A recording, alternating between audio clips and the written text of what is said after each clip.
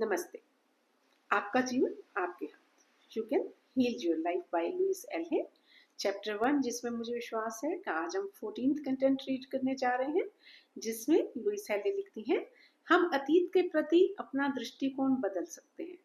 अतीत means past. यहाँ वो बता रही हैं कि जो बीत गया है उसके प्रति, उसके लिए हम अपनी सोच, अपना दृष्टिकोण बदल सकते हैं। ये हमारे हाथ में है। आगे वो लिखती हैं, अतीत बीतकर समाप्त हो गया है, हम उसे बदल नहीं सकते।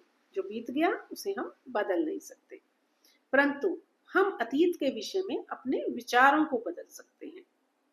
यह कितना मूर्खतापूर्ण है कि हम इसलिए वर्तमान में अपने आप को सजा देते हैं क्योंकि अतीत में काफी पहले किसी ने हमें पीड़ा पहुंचाई थी, है ना।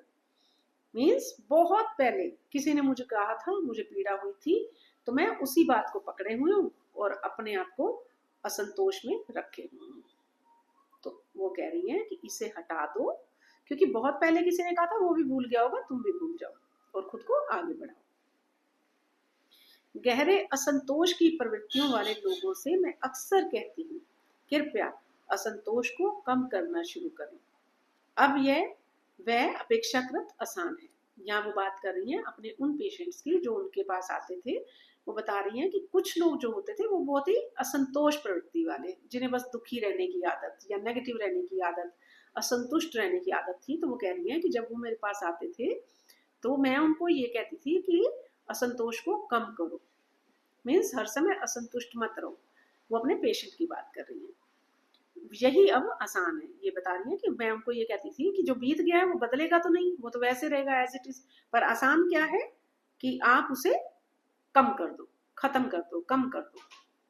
किसी सर्जन के छुरे के नीचे मृत्यु शैया तक पहुंचने के खतरे का इंतजार ना करें। ये अपने पेशेंट के बारे में बता रही हैं, अपने समझाने के तरीके को, कि मैं उनको कहती हूँ कि वो डॉक्टर के, सर्जन के, मतलब इतने भी मत बीमार पड़ जाओ कि सर्जन की शैया पे चले जाओ या मृत्यु शैया पे चले जाओ।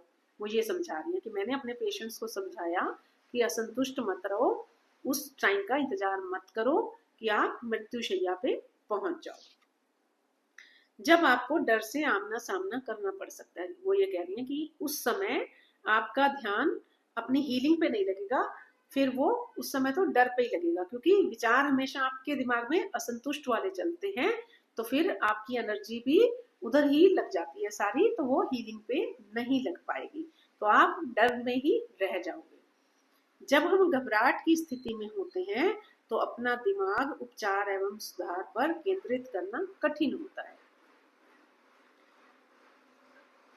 यहाँ वो बता रही हैं कि जब जो हमारा जो दिमाग है उसमें अगर नेगेटिविटी भरी होती है, असंतोष, अपराध बोध, भय भरा होता है, तो फिर हमारा जो दिमाग है वो हमारी बॉडी की हीलिंग पे, उपचार पे, सुधार पे भी केंद्रित नहीं होता। जो नेगेटिव इमोशन है वो हमें हील भी नहीं होने देते। हमें पहले ही डर को समाप्त करने पर समय लगाना होगा। वो समझा रही है कि जब आप हेल्दी हो, जब आप फिट हो, तभी अपने मन से ये सारे भाव हटा दो और इस सारे भय को, डर को खत्म कर दो। एक हेल्दी लाइफ जीने के लिए बहुत जरूरी है। यदि हम ये विश्वास चाहते हैं कि हम असहाय पीड़ित हैं और अब कोई उम्मीद नहीं है, तो ब्रह्मांड भी इस विश्वास में हमारा साथ देगा।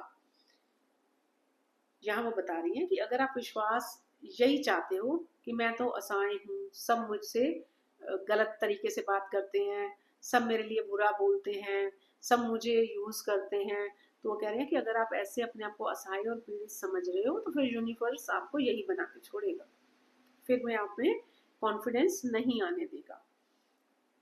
तो ब्रह्मांड भी हमारा इस विश्वास में साथ देगा और हम बर्बाद हो जाएंगे, मीन्स हम ग्रो नहीं कर पाएंगे, क्योंकि हमारी कंप्लेन ही नहीं खत्म हो रही। एक ही कंप्लेन है, मेरे लिए तो किसी ने कुछ किया नहीं, मेरे को तो उसने ये कह दिया, मेरे को तो उसने वो कह दिया, मुझे तो समय नहीं दिया, मैं तो जिम्मेवारियों में फंसी रही। ये सब कहते कहते तो यूनिवर्स भी मेरे को यही सब ही देने लगेगा और मैं फंसी रह जाऊंगी इन्हीं झंझटों के अंदर।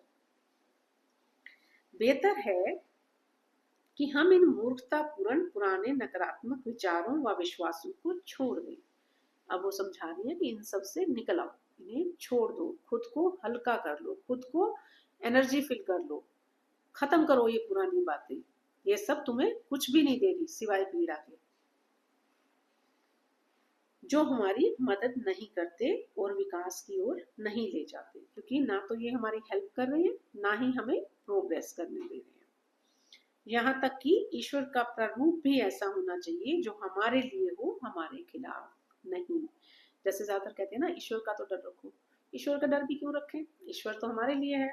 अगर मैं सही रास्ते पे हूँ, मैं अच्छे काम कर रही हूँ, तो मुझे ईश्वर का डर थोड़ी है। फिर तो मैं ईश्वर के साथ खुश होकर बात करती हूँ, निडर होकर कुछ भी मांगती हूँ, और वो मुझे सब देते भी हैं।